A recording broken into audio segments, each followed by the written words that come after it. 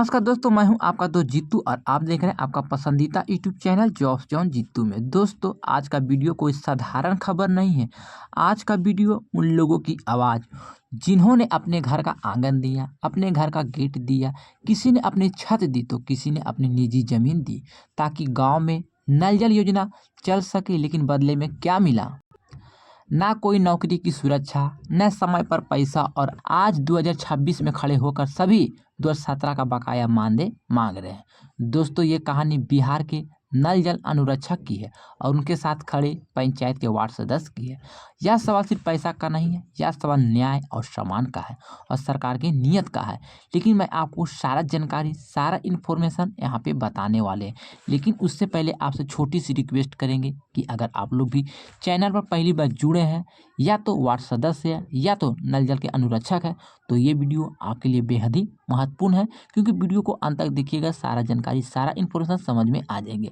आपसे एक रिक्वेस्ट करते हैं कि चैनल पर जुड़ गए हैं तो चैनल को सब्सक्राइब करके बेल आइकन को दबा लीजिएगा, जिससे कि भविष्य में कोई भी अपडेट, कोई भी जानकारी आएंगे जिसकी सूचना आपको टाइम पर नोटिफिकेशन के माध्यम से मिल सकेंगे। तो दोस्तों, नल जल योजना का सपना बहुत ही अच्छा, लेकिन सिस्टम कमजोर। दोस्तों, मुख्यमंत्री नीतीश कुमार की नल जल योजना को बिहार की सबसे महत्वाकांक्षी योजना कहा गया है।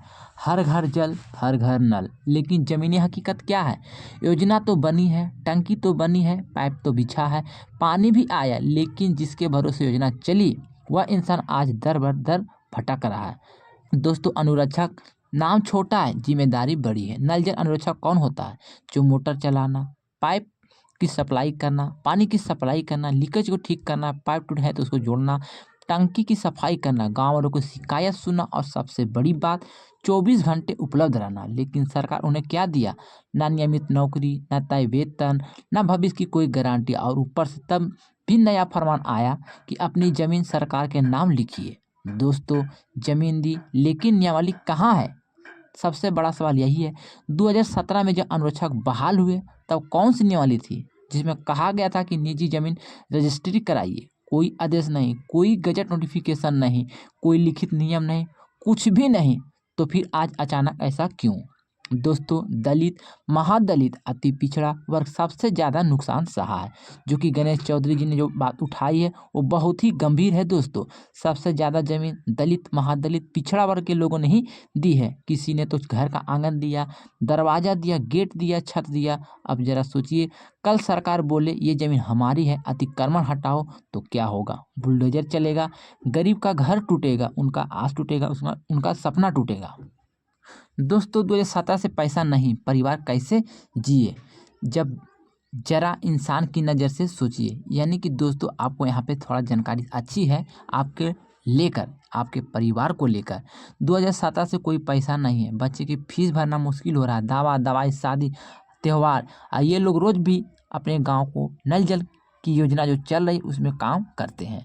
लोगों के ताने सुनते हैं, पानी क्यों नहीं आया, लेकिन उनके घर में रसोई कैसे जलती है इसकी चिंता किसी को नहीं है। दोस्तों, वार्ड सदस्य भी सड़क पर आए। अब कहानी में वार्ड सदस्य भी शामिल हो गए हैं, क्योंकि पैसा उनके खाते में ही आते हैं और वही अनुरक्षक को भी देते। लेकिन जब सरकार पैसा ही नहीं दे रही है, तो दोषी किसका होगा? वार्ड सदस्य का होगा या सिस्टम का? दोस्तों, मौखिक मौखिक आश्वासन, लिखित आदेश जो कि जीरो है, यह सबसे खतरनाक शब्द है। दोस्तों, मौखिक आश्वासन हर मंत्री से मिले, हर अधिकारी से मिले, हर जगह बस यही सुना है, देखेंगे, समीक्षा चल रही है, विचाराधीन है, लेकिन आदेश एक भी नहीं है। दोस्तों, उम्मीद की किरण, ग्रामीण विकास मंत्री श्रवण कुमार से फोन, पंचायती राज मंत्री दीपक प्रकाश से फोन। जवाब क्या मिला? मामला विचाराधीन है और इस पे समीक्षा चल रही है, बहुत जल्द इस पे निर्णय होगा। दोस्तों, डायरेक्ट अकाउंट में पैसा क्यों नहीं? सबसे बड़ा सवाल। जब केदार प्रसाद गुप्ता खुद लिखित में कह चुके हैं कि अनुरक्षा का पैसा सीधे अकाउंट में आएगा, तो आज तक क्यों नहीं आया? क्या वजह है? सिस्टम की नाकामी या जानबूझकर देरी?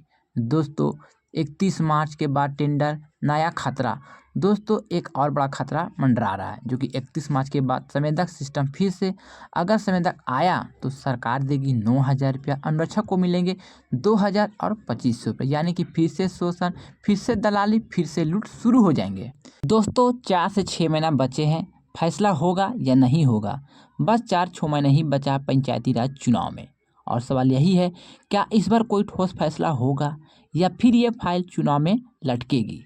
दोस्तों आखिरी उम्मीद क्या होगा, लिखित आदेश आएंगे या डायरेक्ट पेमेंट होंगे या जमीन रजिस्ट्री का फैसला वापस होंगे या फिर वही पुराना खेल होगा। दोस्तों ये सिर्फ अनुरक्षक की लड़ाई नहीं है, क्योंकि ये सिर्फ नल जल अनुरक्षक की लड़ाई नहीं है, पूरे वार्ड सदस्य की भी इसमें लड़ाई है। ये गांव की लड़ाई है, ये गरीब की लड़ाई है, ये संविधान की लड़ाई है। अगर आज ये लोग हारे तो कल कोई और इसमें हार सकते हैं। तो अगर आप भी वार्ड सदस्य हैं, नल जल अनुरक्षक हैं या इनके अन्याय के खिलाफ हैं तो आप लोग अपनी राय कमेंट में लिखिएगा। अगर ये वीडियो आपके लायक, आपके काम के लायक थे तो वीडियो को शेयर कर सकते हैं और चैनल को सब्सक्राइब कर सकते हैं, क्योंकि सब्सक्राइब करने में आपसे पैसा, शुल्क या चार्ज नहीं लगता है। सब्सक्राइब करना बिल्कुल ही मुफ्त है। तो आप लोग चैनल पर पहली बार जुड़ गए हैं तो चैनल को सब्सक्राइब करके ही जाइएगा, क्योंकि जब तक आवाज़ नहीं उठेगी तब तक व्यवस्था नहीं सुनने वाली है।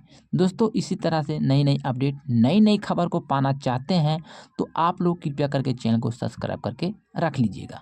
तो मैंने सारा इन्फॉर्मेशन, सारा जानकारी इस वीडियो में बता दिए हैं। जो मुझे जानकारी सूत्रों द्वारा मिला था वही जानकारी मैं आपको बताए हैं। दोस्तों ये जानकारी आपके लायक ही थे तो मैंने सारी इन्फॉर्मेशन दे दी है। फिर भी कोई जानकारी छूट गई या बोले मिस्टेक हो तो अपना पैसा के क्षमा कीजिएगा। मिलते हैं वीडियो में नई अपडेट के साथ, जब तक गुड बाय, थैंक